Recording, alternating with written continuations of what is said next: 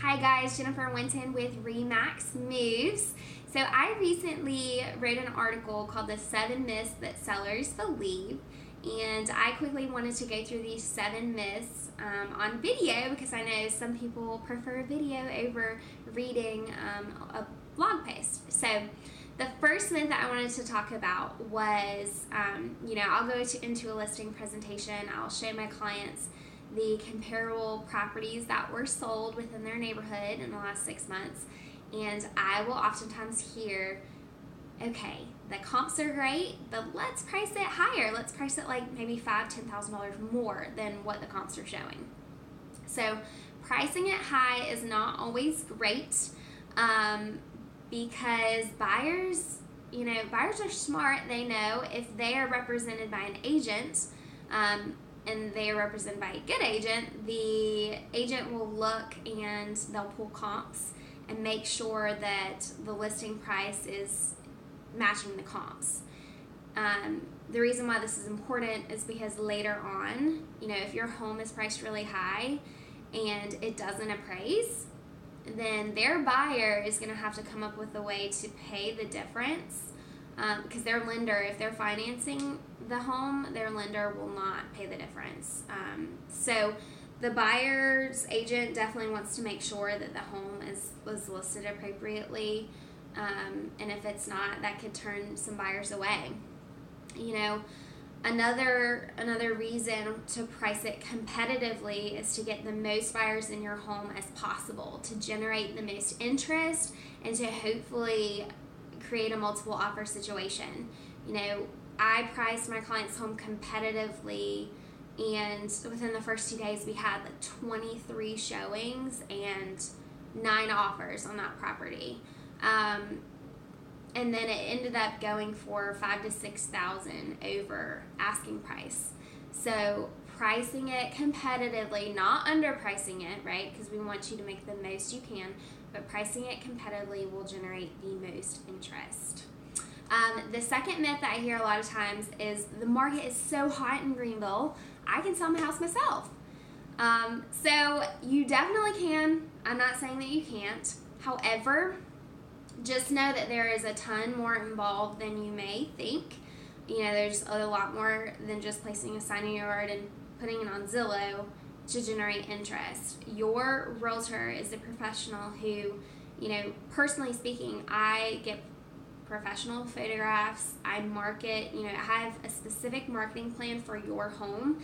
I sit down and I will come up with a timeline depending on your neighborhood and what the average days on market are. My goal is to get it sold in less than the average days on market, and so I will develop a specific plan for you. If you have a ton of time in your hands and you have a good sense for marketing, and the contracts inside and out, and how to negotiate, then maybe you should go ahead and sell your home yourself. But oftentimes people I meet, they don't have time to answer every single phone call during the day. They don't have time to let people in their home, people who may not be qualified to even buy a home, right? So your agent will make sure that your home is marketed appropriately, and we'll make sure that you can get qualified buyers viewing it. So you definitely can try marketing your home. If you don't have a lot of time or want your home to sell quickly, though, I'd recommend talking to a professional.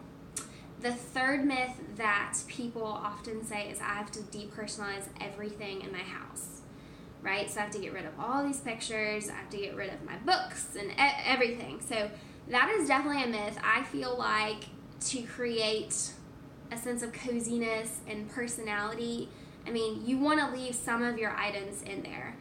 You definitely don't want to be like my grandmother who, when you walk into her house, her mantle above the fireplace has like 100 plus mice figurines. Like, she collects mice figurines. That is maybe not the best route to go, so I would take some of those out, maybe leave one. But, I will come into your home and tell you, do I think you need to move your furniture, depersonalize, place items in different spots.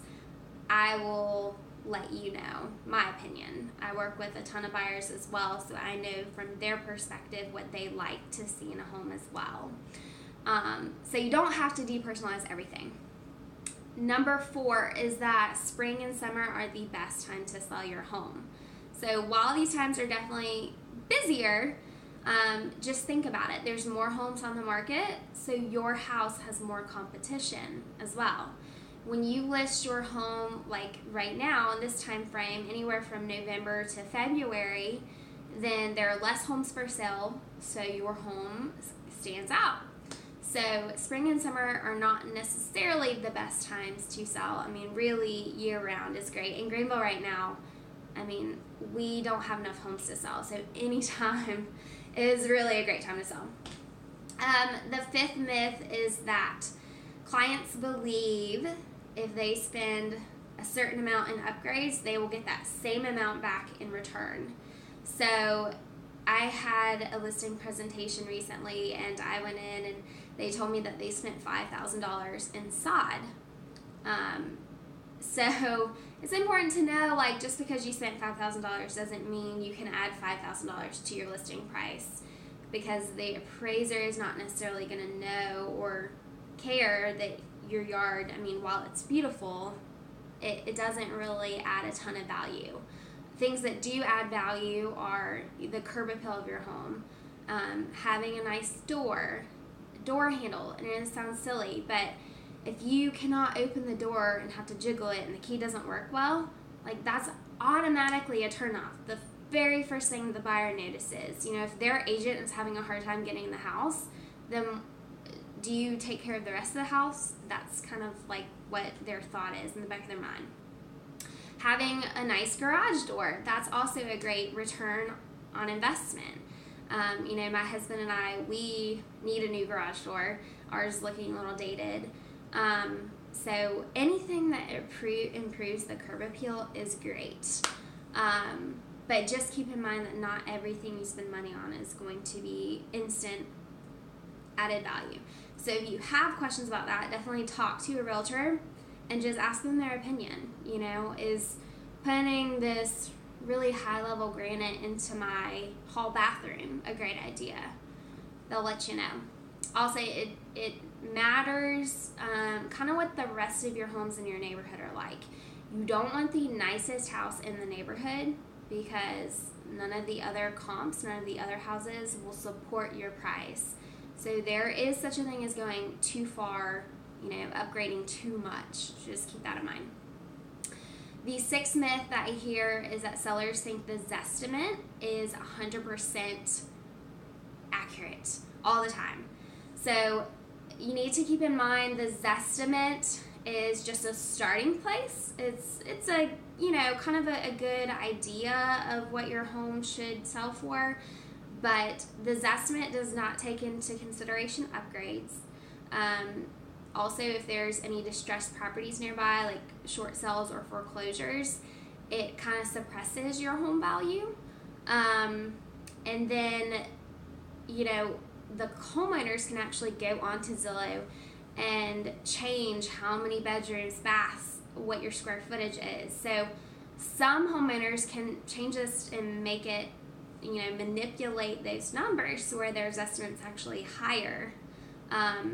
So anytime people can go in and change that, it makes me wary of the results. So just keep that in mind. A Zestimate is a starting place, but it should not be the only thing you look at when you determine listing price. Definitely your realtor needs to do a competitive market analysis, CMA, in order to develop a better understanding of what that range should be.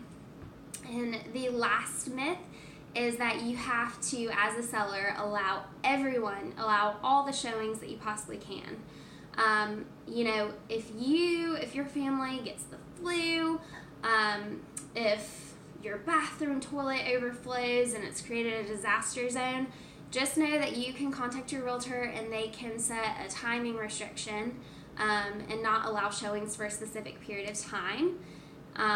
So that's definitely an option for you. I know some sellers like freak out when they can't allow every single showing, but you know, you need to have a life as well, And so you don't have to allow showings at 8 o'clock at night, you know, especially if you have a family. I know that can be difficult. So you want to allow as much as possible those showings, but know that you don't have to allow every single one of them. So I hope this was helpful for you and that you've learned a little bit about, if you had any of those kind of thoughts or ideas in your mind, that maybe at least now you've heard a different perspective on that. And so if you know anyone who wants to sell, I'd love if you could share this video with them, maybe educate them on some things if they have any myths about selling. And you can contact me at 864-293-4470 or email me at jennifer@guidetogreenville.com. And you can visit me online at guidetogreenville.com. I have, you can search for homes on there, you can look at testimonials, and I also have free buyers and sellers guides on there as well, just kind of step-by-step PDF walking you through the process of either buying your first home or selling your home and transitioning to your next. So I'd love to help you guys and answer any questions you have about the processes of buying or selling. Please do keep me in mind and share with your family and friends, guys. I appreciate you so much. And again, this is Jennifer Winton with Remax News. Have a great day. Bye.